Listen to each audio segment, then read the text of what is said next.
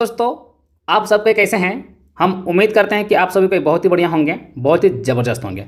दोस्तों, आज के इस वीडियो में हम लोग सहायक आचार्य परीक्षा 2024 का दोस्तों हिंदी पेपर 2 का संपूर्ण व्याकरण को कवर करेंगे।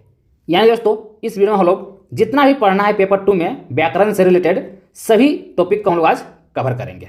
ठीक है, आप लोगों के सिलेबस में लगभग 8 से 9 टॉपिक दिया गया है व्याकरण से। दोस्तों, सारे टॉपिक को हम लोग इसमें कवर करने वाले हैं। चलिए हम आपको सबसे पहले दिखाते हैं आपके सिलेबस में क्या क्या पढ़ना है। देखिए, हम आपके सिलेबस के अंदर आ गए हैं। ऊपर में लिखा हुआ है हिंदी। हिंदी में दोस्तों आप लोग एक पुस्तक पढ़ना था आरोह भाग 2, जिसमें 2 खंड है, काव्य खंड और गद्य खंड। तो दोनों दोस्तों हम लोग कवर कर चुके हैं। उसके बाद दूसरा बुक आप लोगों को पढ़ना था पुस्तक बीतान भाग 2, यानी बीतान भाग 2 आप लोग पढ़ना था। यह भी दोस्तों हम लोग कंप्लीट कर चुके हैं। यानी 3 महामैराथन वीडियो में दोस्तों हम लोग पूरे बुक को समाप्त कर चुके हैं। अब दोस्तों हम लोग समाप्त करने वाले हैं इस वीडियो में वह दोस्तों व्याकरण। व्याकरण आप लोग देख पा रहे हैं, आप लोग को पढ़ना है संज्ञा, सर्वनाम, क्रिया, विशेषण, कारक, समास, मुहावरे, निबंध लेखन, पत्र लेखन, विशेष लेखन। इतना कुछ दोस्तों आप लोग को व्याकरण में पढ़ना है और सारे व्याकरण दोस्तों हम इस वीडियो में कवर करेंगे। ठीक है, तो आपको बिल्कुल लास्ट तक देखना है ताकि आपका एग्जाम बढ़िया से जाएगा। तो चलिए हम लोग आते हैं सीधे क्वेश्चंस पे। तो चलिए हम लोग जल्दी से टॉपिक को शुरुआत करते हैं। देखिए, हम लोग पहला टॉपिक पे दोस्तों पहुंच चुके हैं। पहला टॉपिक क्या था? संज्ञा। दोस्तों हम लोग सबसे पहले संज्ञा के बारे में थोड़ा सा जानेंगे, उसके बाद हम लोग सीधे चलेंगे क्वेश्चन आंसर पे। देखिए, संज्ञा किसको बोलते हैं दोस्तों? किसी भी वस्तु, व्यक्ति, जाति, समूह, द्रव्य या भाव के नाम को दोस्तों संज्ञा कहते हैं। आमतौर पर संज्ञा का अर्थ होता है नाम देना, इसलिए अंग्रेजी में कह दिया गया है कि सभी प्रकार के नाम को संज्ञा कहते हैं। यानी noun is a naming word. जैसे राम, मोहन, श्याम, कच्छा, बुढ़ापा, आदमी, ये सब क्या है? सारा संज्ञा है। ठीक है, अब लोग जानेंगे संज्ञा के भेद। दोस्तों, संज्ञा के टोटल 5 भेद होते हैं। आपको याद रखना दोस्तों, संज्ञा के टोटल कितने भेद होते हैं? 5 भेद होते हैं। कौन कौन सा भेद होता है? व्यक्तिवाचक संज्ञा, जातिवाचक संज्ञा, समूहवाचक संज्ञा, द्रव्यवाचक संज्ञा और भाववाचक संज्ञा। थोड़ा सा हम लोग जान लेते हैं व्यक्तिवाचक संज्ञा किसको बोलते हैं। दोस्तों, व्यक्तिवाचक संज्ञा उसे बोलते हैं जिसमें विशेष व्यक्ति, वस्तु, स्थान आदि का बोध हो। जिसमें विशेष व्यक्ति, वस्तु, स्थान का बोध होता है दोस्तों, उसे कहते हैं व्यक्तिवाचक संज्ञा। जैसे कि राम, मोहन, रांची, टाटा चाय, डालडा, हॉर्लिक्स, सब क्या है? सब व्यक्तिवाचक संज्ञा का दोस्तों उदाहरण है। ठीक है, हम लोग आते हैं अब जातिवाचक। दोस्तों, जातिवाचक उसको बोलते हैं जिसमें पूरी जाति का बोध होता है। पूरी जाति का, संपूर्ण जाति का बोध होता है, उसे दोस्तों हम लोग जातिवाचक संज्ञा कहते हैं। जैसे कि आदमी हो गया, पशु हो गया, गधा हो गया, गाय हो गया, घोड़ा हो गया, ये सब उदाहरण में दिया हुआ है। ठीक है, अब हम लोग आते हैं 3 नंबर में। 3 नंबर है समूहवाचक संज्ञा, जिसमें समूह का चर्चा होगा, यानी समूह या झुंड का। ठीक है, जैसे कि कच्छा, भीड़, बाजार, सब क्या है? सब समूह है। कच्छा एक बच्चा से नहीं बनता है और बहुत सारा बच्चा होता है। ठीक है, भीड़ में बहुत सारा आदमी होगा तभी भीड़ बोलेंगे। अगर एक आदमी रहेगा वहाँ पर भीड़ हम लोग नहीं बोलते हैं। बाजार कहीं भी दोस्तों अकेले नहीं लगता है और बहुत सारा आदमी होना चाहिए तब बाजार लेगा। यानी यहाँ पर दोस्तों समूह या झुंड बन रहा है तभी दोस्तों कच्छा, भीड़, बाजार, वर्ग बनता है। ठीक है, चौथा दोस्तों द्रव्यवाचक संज्ञा, जिसमें नाप तोल के बारे में बात होगा। ठीक है, मापने तोलने के बारे में बात होगा। जैसे कि चावल, दाल, चीनी, कपड़ा, सब क्या है? नाप तोल के लेते हैं। कपड़ा नापते हैं कितना मीटर कपड़ा है ना। चीनी कितना केजी चीनी है। दाल, चावल, सब क्या है? केजी से नाप के लेते हैं। ठीक है, यानी जिसको हम माप तोल सकते हैं उसे क्या कहते हैं? द्रव्यवाचक कहते हैं। और 5वां है भाववाचक संज्ञा, जिसमें भाव या अवस्था का बोध हो। भाव या अवस्था का बोध होता है तो उसे कहते हैं भाववाचक संज्ञा। जैसे कि बुढ़ापा, जवानी, बचपन, मोटापा, सजावट, सुंदर, है ना, काला, गोरा, सब क्या है? सब भाववाचक संज्ञा है। ठीक है, अब हम लोग आते हैं सीधे क्वेश्चंस पे। हम लोग थोड़ा सा पहले जान लिए संज्ञा के बारे में। अब हम लोग आते हैं सीधे क्वेश्चंस पे। हम ज़्यादा विस्तार से आप लोग को नहीं पढ़ा पा रहे हैं क्योंकि वीडियो लंबा हो जाएगा ऐसा में। ठीक है, हम लोग शॉर्ट में पढ़ने की कोशिश करेंगे। देखिए, पहला जो क्वेश्चन है वो आपकी स्क्रीन पे आ चुका है। अर्थ के विचार से संज्ञा के कितने भेद होते हैं? हम लोग जस्ट देखें कितने भेद था दोस्तों? 5 भेद था। ऑप्शन नंबर बी वाला इस क्वेश्चन का राइट आंसर हो जाएगा। नेक्स्ट है व्युत्पत्ति के विचार से संज्ञा के कितने भेद होते हैं? अगर व्युत्पत्ति के विचार से पूछा दोस्तों क्या देखिएगा? 3 भेद होते हैं। Option number C right answer हो जाएगा। अगला है क्वेश्चन नंबर 3, निम्न में कौन सा भाववाचक संज्ञा नहीं है? कौन सा दोस्तों भाववाचक संज्ञा नहीं है? ठीक है, शत्रुता तो भाववाचक संज्ञा है, लंबाई, लंबाई भी है भाववाचक संज्ञा, बहन, हाँ बहन नहीं है, दया भी है, यानी बहन इसका ऑप्शन नंबर जो है दोस्तों सी वाला राइट आंसर हो जाएगा। ठीक है, बहन दोस्तों भाववाचक संज्ञा नहीं है। दोस्तों जो बहन है ये कौन सा संज्ञा में आ जाएगा दोस्तों? ये आ जाएगा आप लोग का जातिवाचक संज्ञा में आ जाएगा। नेक्स्ट है अगला प्रश्न 4 नंबर, निम्नलिखित में से कौन सा शब्द व्यक्तिवाचक संज्ञा है? बताना है कौन सा शब्द दोस्तों व्यक्तिवाचक संज्ञा है। दोस्तों यहाँ पर जो दिखाई दे रहा है आपको यमुना, ये दोस्तों व्यक्तिवाचक संज्ञा है। अगला है क्वेश्चन नंबर 5, जिस संज्ञा से किसी वस्तु के धर्म गुण अवस्था का ज्ञान हो उसे कौन सी संज्ञा कहते हैं? धर्म गुण अवस्था, दोस्तों इसको हम लोग कौन सा संज्ञा बोलते हैं? दोस्तों इसे कहते हैं हम लोग भाववाचक संज्ञा। ठीक है, यहाँ पर भाव के बारे में बताया जा रहा है कि इसका गुण ये है ना, गुण धर्म अवस्था सब क्या है, सब भाववाचक संज्ञा में आता है। अगला है क्वेश्चन नंबर 6, बचपन, शैशव, देवत्व, मित्रता, अहंकार, ये शब्द कौन सी संज्ञा है? ये शब्द कौन सी संज्ञा दोस्तों? तो ये भी दोस्तों भाववाचक संज्ञा है। ऑप्शन नंबर जो है डी वाला इस क्वेश्चन का राइट आंसर हो जाएगा। अगला है क्वेश्चन नंबर 7, निम्नलिखित में कौन भाववाचक संज्ञा नहीं है? कौन दोस्तों भाववाचक संज्ञा नहीं है? मिठाई तो है, सर्दी भी है, ताजमहल, ताजमहल दोस्तों भाववाचक संज्ञा नहीं है। ठीक है दोस्तों, ताजमहल भाववाचक संज्ञा नहीं है। हाँ, बुढ़ापा दोस्तों भाववाचक संज्ञा है। एंड दोस्तों इस क्वेश्चन में नहीं पूछा है तो नहीं, ऑप्शन नंबर सी वाला राइट आंसर हो जाएगा इस क्वेश्चन का। 8 नंबर है, गरीबी, अमीरी, जवानी, बुढ़ापा, ये शब्द किस संज्ञा के हैं? ये शब्द कौन से संज्ञा के हैं? तो याद रखो ये सारा भाववाचक संज्ञा के उदाहरण है। ठीक है, 9 नंबर है, निम्न में से कौन जातिवाचक संज्ञा है? जातिवाचक संज्ञा कौन है दोस्तों? देखिएगा यहाँ पर जो दिया उसमें जातिवाचक, हाँ डाकिया दोस्तों जातिवाचक संज्ञा हो जाएगा, 9 का बी। अगला चलते हैं क्वेश्चन नंबर 10, निम्न में से कौन द्रव्यवाचक संज्ञा है? निम्न में से कौन द्रव्यवाचक संज्ञा है?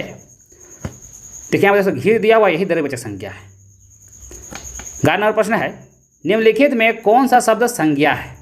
कौन सा शब्द दोस्तों, कौन सा शब्द संज्ञा है आपको बताना है। क्रोधित, क्रोधी, क्रोध, क्रुद्ध, क्रोधित नहीं होगा, क्रोधी भी नहीं होगा, हाँ क्रोध होगा। ऑप्शन नंबर जो है सी राइट आंसर हो जाएगा। अगला प्रश्न है 12 नंबर, हमारे परिवार में कुल 8 सदस्य हैं, इस वाक्य में रेखांकित पद क्या है? देखिए परिवार क्या होता है दोस्तों? परिवार क्या होगा? समूहवाचक संज्ञा होगा। परिवार एक आदमी नहीं बनेगा दोस्तों, परिवार में हमेशा एक से अधिक आदमी रहना चाहिए, तभी उसको हम परिवार कह सकते हैं। ठीक है, नेक्स्ट हम चलते हैं अगला प्रश्न क्वेश्चन नंबर 13 पे। क्रोध, अभिमान और आनंद, ये शब्द किस संज्ञा के बोधक हैं? ये शब्द किस संज्ञा के बोधक है दोस्तों? देखिएगा ये सब भाववाचक संज्ञा के बोधक है। Option number A right answer हो जाएगा। निम्न में से कौन संज्ञा पद है? निम्न में से कौन संज्ञा पद है? दोस्तों सुंदरता दोस्तों ये संज्ञा पद है। ऑप्शन नंबर जो है ए राइट आंसर हो जाएगा। अगला है, निम्न में से कौन भाववाचक संज्ञा है? भाववाचक संज्ञा कौन है? सिलाई तो है, पढ़ाई भी है, छटपटाहट भी है, नहीं उपरोक्त सभी हो जाएगा। ऑप्शन नंबर डी इस क्वेश्चन का राइट आंसर हो जाएगा। क्वेश्चन नंबर 16 है, निम्न में से कौन संज्ञा पद है? निम्न में से कौन संज्ञा पद है? मैला, मैल, अपना, बहना, संज्ञा पद दोस्तों। मैल जो दोस्तों ये संज्ञा पद है। ऑप्शन नंबर जो है बी वाला राइट आंसर हो जाएगा। अगला है क्वेश्चन नंबर 17, पुस्तक, रसगुल्ला, छात्र, सेव, ये किस संज्ञा के बोधक है? पुस्तक, रसगुल्ला, छात्र, सेव, ये किस प्रकार के संज्ञा के बोधक हैं? दोस्तों ये सब जातिवाचक संज्ञा के बोधक है। जातिवाचक संज्ञा ऑप्शन नंबर जो है सी वाला इस क्वेश्चन का राइट आंसर हो जाएगा। अगला है 18 नंबर, दूध, घी, लोहा, सोना, चांदी, ये किस संज्ञा के बोधक है? दूध, घी, लोहा, चांदी, ये सब किस संज्ञा के बोधक हैं? दोस्तों दूध, घी, लोहा, सोना सब क्या नाप तोल सकते हैं, है ना? तो ये किस में आ जाएगा? ये दोस्तों द्रव्यवाचक में आ जाएगा। ऑप्शन नंबर जो है बी राइट आंसर हो जाएगा। अगला है क्वेश्चन नंबर 19, भीड़, मेला, झुंड, फौज, इन पदों का संबंध किस संज्ञा से? देखिए भीड़, मेला, झुंड, फौज है, तो दोस्तों समूहवाचक में आ जाएगा। इसमें समूह फौज किसको बोलते हैं, यहाँ पर आर्मी का समूह होता है उसको क्या बोलते हैं, फौज बोलते हैं। 20 नंबर है, मुझे निर्बल लोगों की उदारता पसंद नहीं है।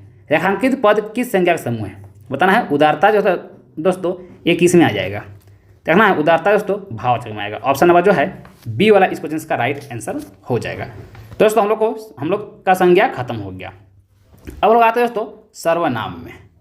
लोग आते हैं अब सर्वनाम में। देखिए सर्वनाम किसको बोलते हैं,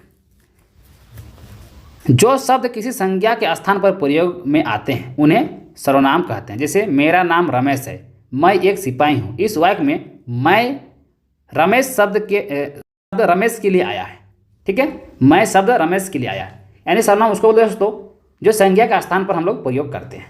तो आप लोग समझ गए होंगे। यहाँ पर देखिए सर्वनाम के प्रकार हम डायरेक्ट आते हैं।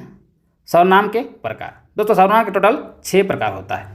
पुरुषवाचक सर्वनाम, निश्चयवाचक सर्वनाम, अनिश्चयवाचक सर्वनाम, प्रश्नवाचक सर्वनाम और निजवाचक सर्वनाम और संबंधवाचक सर्वनाम। इस तरह दोस्तों 6 प्रकार होता है इसका सर्वनाम का प्रकार। जैसे दोस्तों पुरुषवाचक सर्वनाम किसको बोलेंगे, जो सर्वनाम प्रथम पुरुष, द्वितीय पुरुष, तृतीय पुरुष के लिए प्रयोग में आता है, ठीक है, उसे क्या बोलते हैं हम लोग, उसे पुरुषवाचक सर्वनाम बोलते हैं। जैसे कि मैं, है ना, मैं, हम, इस तरह होता है। जैसे मैं, हम, तुम लोग, है ना, इस तरह करके वे लोग, ये सब क्या होता है, ये सब पुरुषवाचक में आ जाएगा, ठीक है। निश्चयवाचक में क्या होता है, जिस सर्वनाम में किसी निश्चित वस्तु व्यक्ति का बोध होता है उसे निश्चयवाचक सर्वनाम बोलते हैं, ठीक है। जैसे मान लेते हैं कि वह, यह क्या होता है, जैसे वह मेरा घर है, तो यहाँ क्लियर हो जाता है कि वह मेरा ही घर होगा, ठीक है। किसी को बताते हैं कि देखो वो मेरा घर है, तो वह हम जो यूज करें दोस्तों ये क्या है, सर्वनाम है। ये निश्चय है, निश्चित है कि वो मेरा ही घर होगा।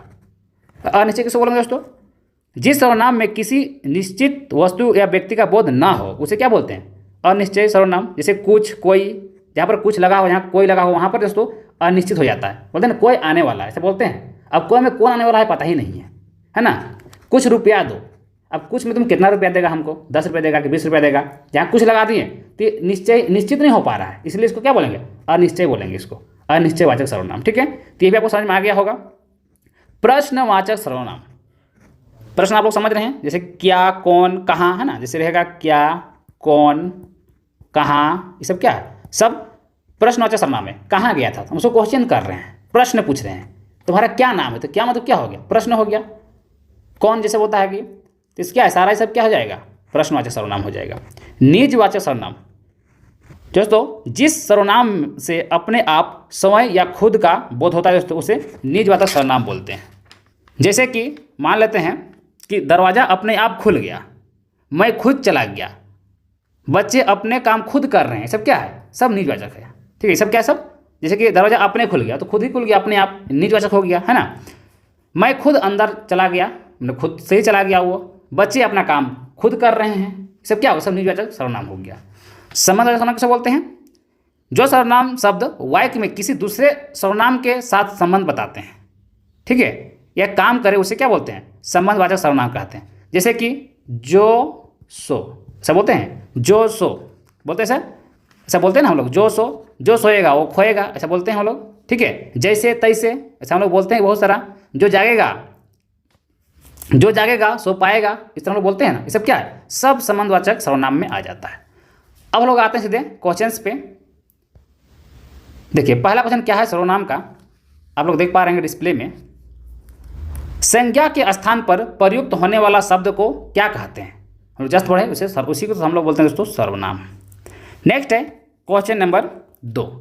सर्वनाम है दोस्तों, सर्वनाम एक विकारी शब्द है, option number A right answer हो जाएगा। अगला है अशुद्ध वाक्य चुनिए, अशुद्ध वाक्य आपको चुनना है। वह स्वयं यहाँ नहीं आना चाहती, ये तो शुद्ध वाक्य है। आपके आग्रह पर मैं दिल्ली जा सकता हूँ, ये भी शुद्ध वाक्य है। अशुद्ध वाक्य पूछा है ना, मैं तेरे को एक घड़ी दूंगा, मैं तेरे को एक घड़ी दूंगा, नहीं, इस टाइप, ये तो अशुद्ध वाक्य लग रहा है नहीं। ऑप्शन नंबर सी वाले क्वेश्चन का राइट आंसर हो जाएगा। अगला है 4 नंबर, कौन हो तुम, बसंत के दूत। इस वाक्य में रेखांकित शब्द है। रेखांकित शब्द क्या है दोस्तों, तो देखिएगा इसमें जो रेखांकित शब्द है वह दोस्तों मध्यम पुरुषवाची सर्वनाम, मध्यम पुरुषवाची सर्वनाम। नेक्स्ट है 5 नंबर, मुझे किस प्रकार का सर्वनाम है। जो मुझे है दोस्तों, ये किस प्रकार का सर्वनाम है? तो दोस्तों मुझे उत्तम पुरुष सर्वनाम है। Option number A right answer हो जाएगा। सर्वनाम के प्रकार, हम जस्ट देखे थे सर्वनाम कितने प्रकार होता है? सर्वनाम के टोटल 6 प्रकार होता है। 7 नंबर है निश्चयवाचक सर्वनाम कौन सा है? निश्चयवाचक तो निश्चित है यहाँ पर, ठीक है। तो क्या ये तो प्रश्नवाचक हो जाएगा, कुछ या अनिश्चय हो जाएगा, कोई दोस्तों अनिश्चय हो जाएगा।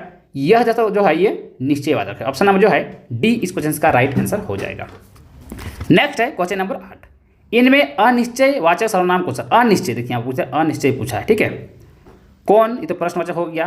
कुछ, हाँ कुछ दोस्तों क्या है? कुछ अनिश्चयवाचक है। कोई, ये तो कोई, वह, बताइए इसका राइट आंसर क्या होगा? कोई, वह अनिश्चय है ना सर्वनाम। कुछ भी है, कोई भी है, दोनों दे दिया है यहाँ पर, ठीक है।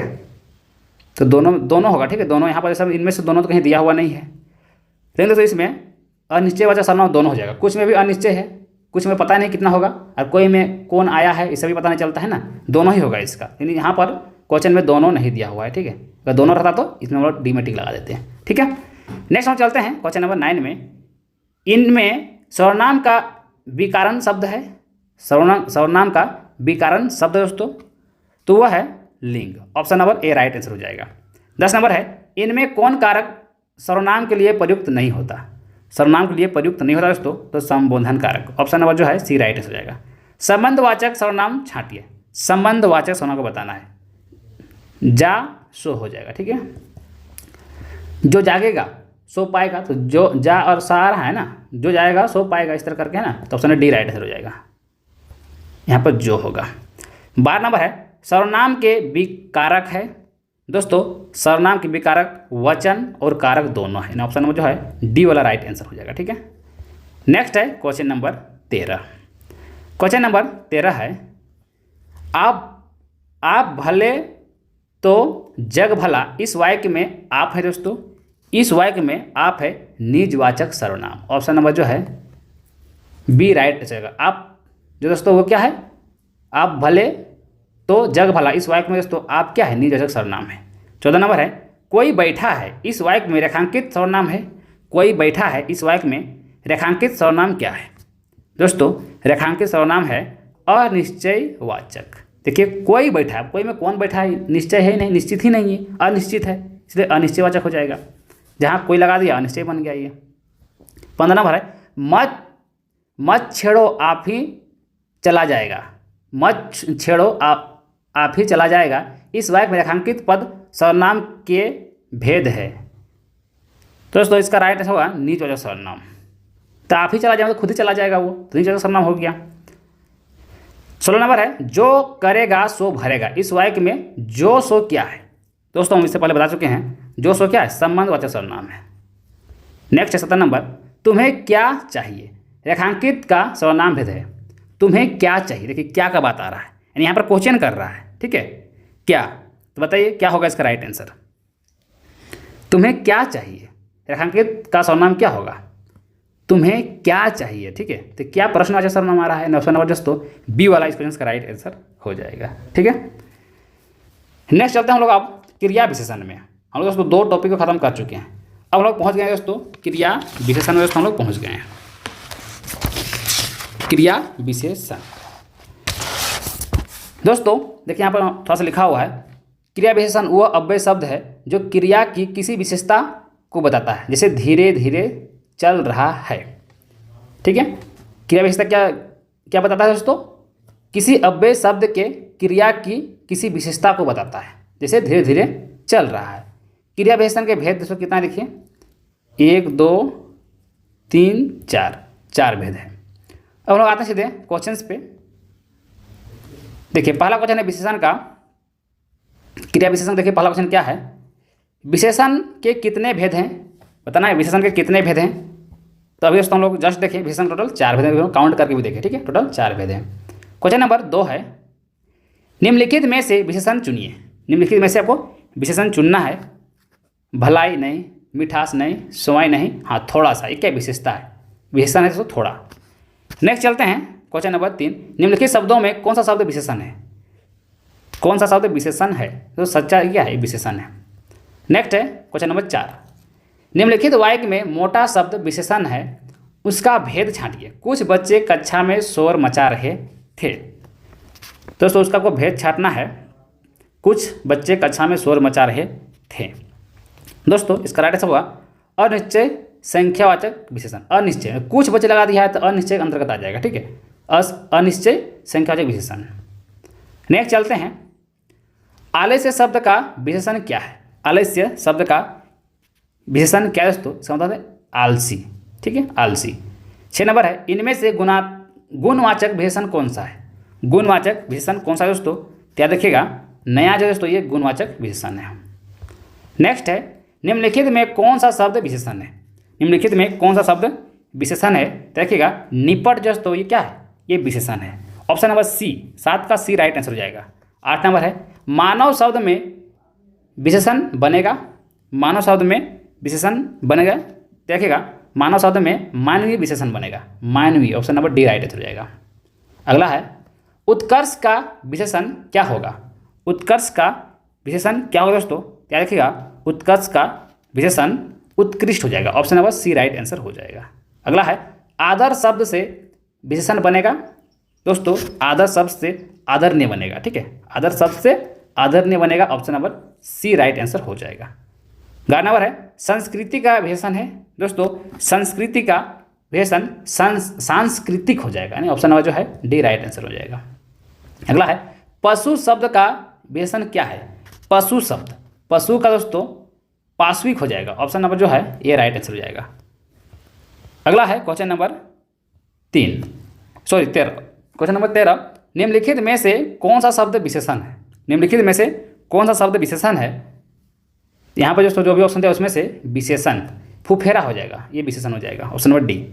14 नंबर है, प्रिय विशेषण के साथ प्रयुक्त होने वाली संज्ञा नहीं है।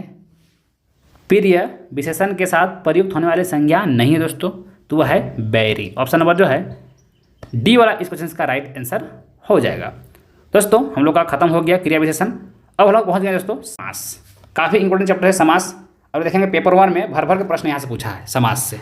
ठीक है, बहुत प्रश्न पूछा है दोस्तों समास से आप लोग का एग्जाम में पेपर 1 में। देखिए समास किसको बोलते हैं, थोड़ा सा हम लोग जान लेते हैं समास किसको बोलते हैं। दो पदों के मेल से जो विकार उत्पन्न होता है उसे समास कहते हैं। ठीक है, दो पदों के मेल से जो विकार उत्पन्न होता है दोस्तों उसे समास कहते हैं। जब दो या दो से अधिक शब्द अपने पर सर्गों को छोड़कर आपस में मिल जाते हैं और नए शब्द बनते हैं, यही नए शब्द दोस्तों समास कहलाते। जैसे नील कमल, तो नीले रंग की कमल दोस्तों जो होता है उसको क्या बोलते हैं? नील कमल बोलते हैं।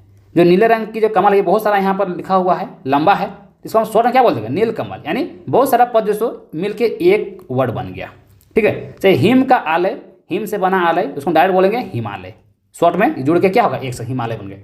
इसे दोस्तों हम बोलते हैं समास। हम लोग आते हैं सीधे, देखिए यहाँ पर जान लीजिए थोड़ा सा समास के भेद कितना हो दोस्तों। समास के 6 भेद होता है। देखिए, अविभाव समास, तत्पुरुष समास, कर्मधारय समास, द्विगु समास, द्वंद्व समास और बहुब्रीहि समास। ये तो टोटल 6 समास के भेद होते हैं। अब आते हैं दोस्तों सीधे क्वेश्चंस पे, और क्वेश्चंस के माध्यम से हम लोग दोस्तों समास को क्लियर करते हैं। दोस्तों अगर मेरा वीडियो आप लोगों को पसंद आ रहा है, वीडियो को लाइक अभी तक नहीं किए हैं तो जरूर कर दीजिएगा दोस्तों। आप लोग यहाँ बहुत मेहनत करते हैं। ठीक है, तब लोग सभी दोस्तों एक बार वीडियो को लाइक कर दीजिएगा। चलिए हम लोग आते हैं समास के पहला क्वेश्चन पे। पहला क्वेश्चन है, निम्नलिखित शब्दों में दोस्तों नज्ञ तत्पुरुष समास कौन सा है? तो याद रखिए दोस्तों, इसका जो आंसर हो जाएगा वो हो जाएगा अभाव समास। ऑप्शन नंबर जो है इस क्वेश्चन का सी वाला राइट आंसर हो जाएगा। ठीक है, नेक्स्ट हम लोग चलते हैं अब क्वेश्चन नंबर 2 में। क्वेश्चन नंबर 2 है, जिस समास के पूर्व एवं उत्तर दोनों ही पद समान रूप से प्रधान हो उसे क्या कहते हैं? जिस समास के पूर्व एवं उत्तर दोनों ही पद समान रूप से प्रधान हो उसे क्या कहते हैं? दोस्तों उसे कहा जाता है द्वंद्व समास। द्वंद्व समास option number D right answer हो जाएगा। अगला है 3 नंबर, सदगति में समास होगा। दोस्तों सदगति में कर्मधारय समास होगा। Option number B right answer हो जाएगा। शोकाकुल में समास है। दोस्तों शोकाकुल में कर्मधारय समास है। Option number B right answer हो जाएगा। दोस्तों आप लोग वीडियो को अच्छा से देख लीजिएगा ताकि एग्जाम में आप लोग आराम से क्वेश्चन को बना सके। ठीक है, तो ध्यान से वीडियो को देखिएगा। क्वेश्चन नंबर 5 है, अकाल पीड़ित में समास होगा। दोस्तों अकाल पीड़ित में तत्पुरुष समास होगा। Option number C right answer हो जाएगा। दोस्तों अगर आप लोग अच्छा से थ्योरी को पढ़े होंगे, समास किसे कहते हैं, उसका भेद क्या क्या होता है, उसके अंदर आप लोग डीपली पढ़े होंगे, तो आप लोग से दोस्तों सारा प्रश्न आराम से बन जाएगा। ठीक है, इसलिए थोड़ा सा ऑब्जेक्टिव बनाने से पहले आप लोग को थ्योरी पढ़ना होगा। ठीक है, तो यहाँ पर समय नहीं, इसलिए हम डायरेक्ट आपको क्वेश्चन आंसर ही करा दे रहे हैं। छठा नंबर है, युधिष्ठिर में कौन सा समास है। दोस्तों युधिष्ठिर में कौन सा समास है। दोस्तों अलुक समास, अलुक ऑप्शन नंबर जो है सी राइट आंसर हो जाएगा। 7 नंबर है, चक्र पानी दर्शनार्थ में मान्य समास है। दोस्तों रखिएगा अविभाव समास, ऑप्शन नंबर जो है सी राइट आंसर हो जाएगा। क्वेश्चन नंबर 8 है, कष्टापन शब्द में समास है। कष्टापन शब्द में दोस्तों समास है, क्या देखिएगा, कष्टापन शब्द में तत्पुरुष समास है। ऑप्शन नंबर बी राइट हो जाएगा। 9 नंबर है, चंद्र क्रांति शब्द में समास है। दोस्तों तो चंद्र क्रांति शब्द में दोस्तों कर्मधारय समास है। ऑप्शन नंबर बी राइट हो जाएगा। अगला है, कठपुतली में कौन सा समास है। दोस्तों कठपुतली में संबंध तत्पुरुष समास है। 11 नंबर है, निम्नलिखित में द्वंद्व समास का शब्द है। दोस्तों तो यहाँ पर द्वंद्व समास का जो शब्द है वो है आजकल। ऑप्शन नंबर जो है ए राइट आंसर हो जाएगा। अगला है, कर्णकुटी शब्द समास है। दोस्तों कर्णकुटी शब्द समास तत्पुरुष समास है। Option number A right answer हो जाएगा। अगला है 13 नंबर, निम्नलिखित में यथाविधि का सही समास है। यथाविधि का सही समास है दोस्तों, तो ये अभिभाव समास है। अभिय भाव। नेक्स्ट चलते हैं क्वेश्चन नंबर 14, अनुरूप में कौन सा समास है। अनुरूप में कौन सा समास है। दोस्तों अभिय भाव समास है। ठीक है, अभिय भाव समास, ऑप्शन नंबर सी राइट हो जाएगा। क्वेश्चन नंबर 15 है, ध्यान मग्न में कौन सा समास है। ध्यान मग्न में कौन सा समास है। दोस्तों तत्पुरुष समास है। Option number C right answer हो जाएगा। अगला है, नीलकमल में समास है। दोस्तों देखिएगा, नीलकमल में कर्मधारय समास है। ऑप्शन नंबर सी इक्वेशंस का राइट आंसर हो जाएगा। चलिए हम लोग आते हैं मुहावरे में। देखिए मुहावरे का जो पहला प्रश्न वो आपकी स्क्रीन पे आ चुका है। आप लोग बताइए आंसर क्या होगा। पहला प्रश्न है, नाक का बाल होना मुहावरे का अर्थ है। नाक का बाल होना इसका मतलब क्या दोस्तों, अकारण प्रिय हो जाना। तो बिना काम का ही प्रिय हो जाता है कोई, इसको क्या बोलते हैं, नाक का बाल होना, बहुत ही प्रिय होना। बैल ना कूदे कूदे संगी, कहावत का अर्थ है बैल ना कूदे कूदे संगी। इसका अर्थ क्या है। इसका अर्थ है दोस्तों स्वामी के बल पर सेवक का साहस। ऑप्शन नंबर जो है डी राइट आंसर हो जाएगा। एक ही थैली के चट्टे बट्टे का अर्थ है दोस्तों, एक ही थैली के चट्टे बट्टे का अर्थ है समान आदत और स्वभाव वाले। समान आदत और स्वभाव वाले, ऑप्शन नंबर बी राइट हो जाएगा। अगला है, आटे दाल का भाव मालूम होना। कहावत का अर्थ है आटे दाल का भाव मालूम होना। कहावत का अर्थ क्या है दोस्तों, इसका अर्थ है कठिनाई का अनुभव होना। ऑप्शन नंबर जो है डी राइट आंसर हो जाएगा। अगला है, जस दूल्हा तस बनी बारात। लोकोक्ति का अर्थ है जस दूल्हा तस बनी बाराता। लोकोक्ति का अर्थ है बारात। लोकोक्ति का अर्थ है दोस्तों, इसका अर्थ है जैसे मनुष्य होता है वैसे ही उसके सहयोगी होते हैं। ठीक है, जस दूल्हा तस बनी बारात, इसका मतलब क्या था, जैसा मनुष्य होता है दोस्तों वैसे ही उसके सहयोगी भी उसी तरह होते हैं। नेक्स्ट है, नए जमीन तोड़ना के 4 अर्थ दिए गए हैं, सही चयन कीजिए। नई जमीन तोड़ना के 4 अर्थ यहाँ पर दिया गया, सही चयन आपको करना है। पुराने को मिटाना, लिखे हुए को काटना, अनुष्ठा प्रयोग, बड़ी लकड़ी खींचना। दोस्तों इसका राइट आंसर हो जाएगा अनुष्ठा का प्रयोग। Option number C right answer हो जाएगा। दोस्तों यहाँ पर पहले से भी टिक लगा हुआ है, आप लोग देख सकते हैं। यहाँ पर क्वेश्चन नंबर 7 है, ऊँट के मुंह में जीरा का सही अर्थ है। तो ऊँट के मुंह में जीरा कहने मतलब क्या है, बहुत थोड़ा, बोलते हैं ना ऊँट के मुंह में जीरा। नेक्स्ट हम चलते हैं, एकमात्र सहारा मुहावरे का सही अर्थ है। एकमात्र सहारा का मतलब क्या होता है, अंधे की लाठी होना है ना। अंधे की, अंधा लोगों की एकमात्र सहारा कौन होता है, लाठी ही होता है। क्वेश्चन नंबर 9 है, आँख का अंधा गांठ का पूरा। लोकोक्ति का सही अर्थ है आँख का अंधा गांठ का पूरा। लोकोक्ति का सही अर्थ क्या है, दोस्तों इसका सही अर्थ है मूर्खधनी। Option number B right answer हो जाएगा। नेक्स्ट है क्वेश्चन नंबर 10। क्वेश्चन नंबर 10 है सोने में सुहागा। मुहावरा का सही अर्थ है सोने में सुहागा का मतलब होता है दोस्तों सुंदर वस्तु में और गुण होना, यानी सोने में सुहागा होना। ठीक है, कारण में चलते हैं। घी के दिए जलाना मुहावरा का सही अर्थ है। घी के दिए जलाना का इसका मतलब क्या है? खुशी मनाना। ऑप्शन नंबर जो है बी राइट आंसर हो जाएगा। अगला है क्वेश्चन नंबर 12। अकल का चरने जाना। अकल का चरने जाना कहावत का सही अर्थ है दोस्तों, इसका मतलब है समझ का अभाव होना। अकल का चरने जाना मतलब क्या होता है? समय का या समझ का अभाव होना। ठीक है, समझ का अभाव होना हो जाएगा। Option number D right answer हो जाएगा।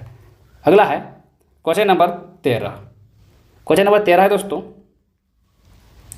सिर से पानी गुजर जाना मुहावरे का उपयुक्त अर्थ क्या है? सिर से पानी गुजर जाना इसका मतलब दोस्तों सहनशीलता की सीमा टूट जाना। ऑप्शन नंबर जो है बी राइट आंसर हो जाएगा। आंखें में गड़ना मुहावरा का अर्थ है आंखों में गड़ना। इसका अर्थ क्या है? इसका अर्थ है दोस्तों वस्तु को पाने की उत्कट लालसा। वस्तु को पाने की उत्कट लालसा। Option number D right answer हो जाएगा। अगला है आए थे हरिभजन को ओटन लगे कपास। लोकोक्ति का सही अर्थ है आए थे हरिभजन को ओटन लगे कपास। लोकोक्ति का सही अर्थ क्या है? दोस्तों इसका सही अर्थ है वांछित कार्य को छोड़कर अन्य कार्य में लग जाना। ऑप्शन नंबर बी राइट हो जाएगा। अगला क्वेश्चन नंबर 16। गोद में लड़का शहर भर में ढिंढोरा मुहावरा का सही अर्थ है गोद में लड़का शहर भर में ढिंढोरा। इसका सही अर्थ क्या है दोस्तों? इसका सही अर्थ है पास में वस्तु रहते हुए चारों ओर खोजना। ऑप्शन नंबर जो है सी राइट आंसर हो जाएगा। अगला है 9 दिन चले 2.5 कोस से तात्पर्य क्या है? 9 दिन चले 2.5 कोस। इसका अर्थ क्या है? अधिक परिश्रम का थोड़ा फल मिलना। तो 2.5 दिन देखिए 9 दिन चले थोड़ा को 2.5 कोस मतलब 2.5 कोस से चला है 9 दिन में। मतलब क्या है? अधिक परिश्रम का थोड़ा सा फल मिलना। लोग आते हैं क्वेश्चन नंबर 18 में। भय गति सांप छछुंदर केरी। भय गति सांप छछुंदर केरी लोग अर्थ क्या है दोस्तों? इसका अर्थ है दुविधा में पड़ जाना। ऑप्शन नंबर जो है सी वाला इसका राइट आंसर हो जाएगा। अब हम लोग चलते हैं आगे दोस्तों पत्र लेखन। आप लोग देख पा रहे हैं लिखा हुआ है पत्र लेखन। पत्र लेखन का दोस्तों जो पहला क्वेश्चन है वो आपकी स्क्रीन पे आ चुका है। पहला प्रश्न दोस्तों सरकारी पत्र किसके लिए लिखा जाता है? सरकारी पत्र किसके लिए लिखा जाता है? तो देखिए दोस्तों व्यक्ति को सूचना देने के लिए। ऑप्शन नंबर जो इस क्वेश्चन का सी वाला राइट आंसर हो जाएगा। अगला है सरकारी पत्र में किसका इस्तेमाल निषिद्ध है? सरकारी पत्र में किसका इस्तेमाल निषिद्ध है दोस्तों? तो देखिएगा उत्तम पुरुष एक वचन का। ऑप्शन नंबर जो है ए राइट आंसर हो जाएगा। क्वेश्चन नंबर 3 है सरकारी पत्र में संबोधन क्या नहीं हो सकता है? संबोधन क्या नहीं हो सकता है? दोस्तों महोदय या महोदया ये नहीं हो सकता है। ऑप्शन नंबर जिस क्वेश्चन का डी वाला राइट आंसर हो जाएगा। नेक्स्ट अगला प्रश्न सरकारी पत्र में स्वनिर्देश के लिए क्या प्रयुक्त होता है? सरकारी पत्र में स्वनिर्देश के लिए क्या प्रयुक्त होता है? क्या दोस्तों भाव दिए प्रयुक्त होता है भाव दिया। नेक्स्ट अगला प्रश्न 5 नंबर एक सरकारी पत्र के शीर्ष मध्य पर क्या होना चाहिए? एक सरकारी पत्र के शीर्ष मध्य पर क्या होना चाहिए? दोस्तों पत्र संख्या होना चाहिए। Option number A right answer हो जाएगा। अगला है पावती का उद्देश्य क्या होता है?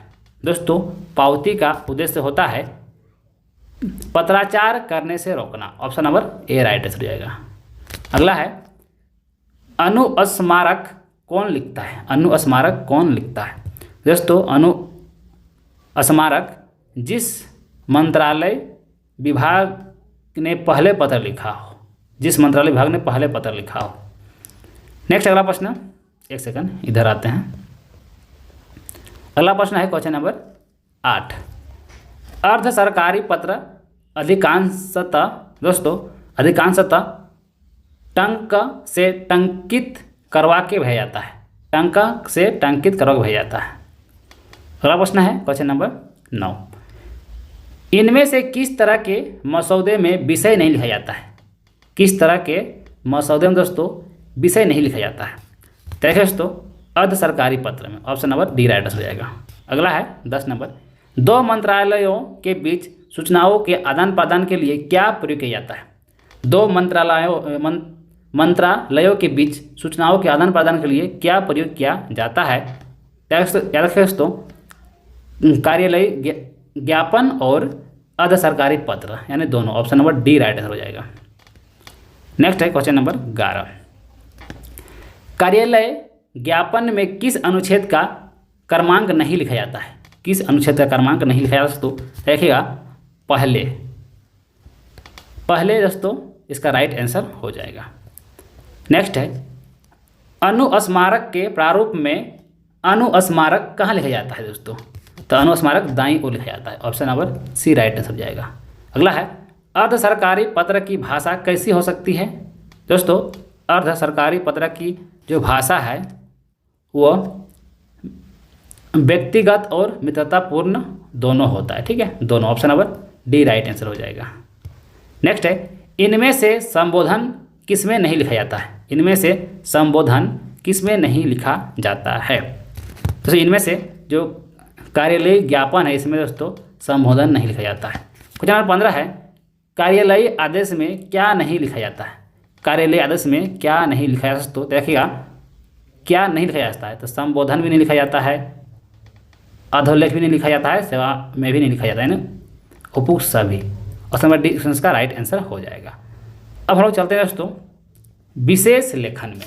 ठीक है, विशेष लेखन, तो हम लोग का पत्र लेखन खत्म हो गया। अब हम लोग आते हैं दोस्तों विशेष लेखन में। ठीक है, विशेष लेखन। दोस्तों, विशेष लेखन का जो पहला प्रश्न आपके स्क्रीन पे आ चुका है। पहला प्रश्न है, विशेष लेखन के लिए किस प्रकार की भाषा शैली अपेक्षित है? किस प्रकार की भाषा शैली अपेक्षित है? क्या दोस्तों? सहज, सरल तथा बोधगम्य भाषा, यानी ऑप्शन नंबर जो है ख राइट आंसर हो जाएगा। अगला प्रश्न है क्वेश्चन नंबर 2। क्वेश्चन नंबर 2 दोस्तों, कारोबार और व्यापार से संबंधित खबर का संबंध किसमें है? कारोबार और व्यापार से संबंधित खबर का संबंध किसमें है? तो यार दोस्तों आर्थिक क्षेत्र से। ऑप्शन नंबर ग वाला राइट आंसर हो जाएगा। अगला प्रश्न है क्वेश्चन नंबर 3। क्वेश्चन नंबर 3 है दोस्तों, क्वेश्चन नंबर 3 है, विशेष लेखन के क्षेत्र में संवाददाताओं और उप संपादकों के कार्य करने के स्थल को क्या कहा जाता है? बताना है, विशेष लेखन के क्षेत्र में संवाददाताओं और उप संपादकों के कार्य करने के स्थल को क्या कहा जाता है? दोस्तों उसे कहा जाता है डेस्क। ऑप्शन नंबर घ राइट आंसर हो जाएगा। अगला प्रश्न है क्वेश्चन नंबर 4। देखिए, क्वेश्चन नंबर 4 है दोस्तों, संवाददाताओं के बीच काम का विभाजन क्या ध्यान में रखते हुए किया जाता है? संवाददाताओं के बीच काम का विभाजन क्या ध्यान में रखते हुए किया जाता है? दोस्तों दिलचस्पी और ध्यान दोनों को ध्यान में रखते हुए किया जाता है। ऑप्शन नंबर जो है ग राइट आंसर हो जाएगा। अगला है क्वेश्चन नंबर 5। क्वेश्चन नंबर 5 दोस्तों, बीट रिपोर्टिंग के अंतर्गत स्रोत या सूत्र से मिली जानकारी पर किस प्रकार भरोसा नहीं करना चाहिए? बीट रिपोर्टिंग के अंतर्गत स्रोत या सूत्र से मिली जानकारी पर किस प्रकार भरोसा नहीं करना चाहिए? दोस्तों आंख मूंद कर भरोसा नहीं करना चाहिए। ऑप्शन नंबर ख राइट आंसर हो जाएगा। अगला है क्वेश्चन नंबर 6। देखिए, क्वेश्चन नंबर 6 है दोस्तों, बीट रिपोर्टिंग के अंतर्गत रिपोर्ट को अपने क्षेत्र संबंधित कौन सा जानकारियां एकत्र करनी चाहिए? बताना है, बीट रिपोर्टिंग के अंतर्गत रिपोर्ट को अपने क्षेत्र संबंधित कौन सी जानकारियां एकत्र करनी चाहिए? यह दोस्तों इसका राइट आंसर होगा इतिहास, सिद्धांत, नीतियाँ संबंध तीन हो जाएगा, उपरोक्त सभी। ऑप्शन नंबर घ वाला राइट आंसर हो जाएगा। अगला प्रश्न है क्वेश्चन नंबर 7। क्वेश्चन नंबर 7 दोस्तों, विशेषीकृत रिपोर्टिंग करने वाले रिपोर्टर को क्या कहा जाता है? विशेषीकृत रिपोर्टिंग करने वाले रिपोर्टर्स को क्या कहा जाता है? तो उसे दोस्तों विशेष संवाददाता कहा जाता है। विशेष संवाददाता ऑप्शन नंबर ग राइट आंसर हो जाएगा। अब हम चलते हैं आगे। दोस्तों आगे प्रश्न नहीं है यहाँ पर दोस्तों, हम लोग का पूरा व्याकरण समाप्त हो जाता है। ठीक है दोस्तों, अगर मेरा द्वारा पढ़ाया गया वीडियो अगर पसंद आता होगा, आप लोग को थोड़ा सा भी हेल्प मिलता है दोस्तों, तो वीडियो को लाइक जरूर कर दीजिएगा और मेरे चैनल में पहली बार आएंगे दोस्तों चैनल जरूर सब्सक्राइब कर लीजिएगा। ठीक है दोस्तों, और अगर आपको इसका PDF चाहिए, ठीक है आपको इसका PDF चाहिए तो आप मेरे टेलीग्राम ग्रुप में जुड़ सकते हैं। टेलीग्राम का लिंक हम इस वीडियो के नीचे डिस्क्रिप्शन में डाल देंगे। नहीं तो आपको जाना है टेलीग्राम में और सर्च करना है सुधीर क्रिएटिव क्लासेस, जो इस चैनल का नाम है दोस्तों, उसी नाम से टेलीग्राम ग्रुप बना हुआ है, वहाँ पर दोस्तों आपका इसका PDF मिल जाएगा। ठीक है, चलो मिलते हैं नेक्स्ट वीडियो में, तब तक के लिए थैंक यू, जय हिंद।